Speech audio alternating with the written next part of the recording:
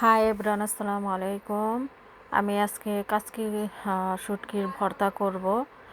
এখানে যে কাচকি মাছ আমি ভালো করে ধুয়ে নিয়েছি, তারপরে রসুন, পেঁয়াজ আর শুকনো মরিচ আর একটু সরিষার তেল দিছি। আর এখানে আমি অল্প করে পানি দিব, কারণ সব কিছু সিদ্ধ হতে একটু পানি লাগবে। আর এখানে আমি লবণও দিয়ে দিছি। আমাদের ইংল্যান্ডে অনেক গরম পড়তেছে, কোনো কিছুই খেতে ইচ্ছে করতেছে না। ভাবলাম একটু ভর্তা করি, ভর্তা দিয়ে একটু ভাত খাওয়া যাবে। এখন আমি ঢাকনা লেগে রেখে দেবো 5 মিনিটের জন্য। 5 মিনিট হয়ে গেছে, এখন আমি ঢাকনা উঠিয়ে দেখব কি অবস্থা। মোটামুটি সিদ্ধ হয়ে আসছে, আর 5 মিনিটের মতো সময় লাগবে। আমি 5 মিনিট আরও সিদ্ধ করে নেব। অল্প সময় হয়ে যায় ভর্তাটা, কিন্তু খেতে অসাধারণ হয়।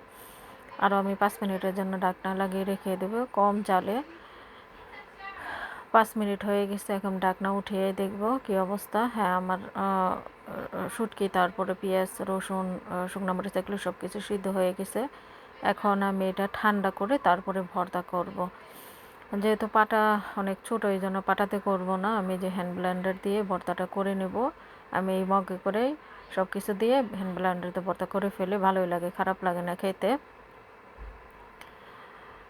ভর্তাটা আমার হ্যান্ড ব্লেন্ডারে 1 মিনিটও সময় লাগে না বানাতে, ঝটপট হয়ে যায়। এই যে আমার ভর্তাটা বানানো হয়ে গেছে। এখন আমি একটা বক্স নিয়ে নিয়েছি।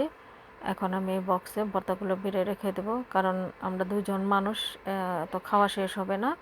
এই জন্য আমি যতটুকু খাবার খাবো পরে ফ্রিজে ঠান্ডা হলে রেখে দেবো।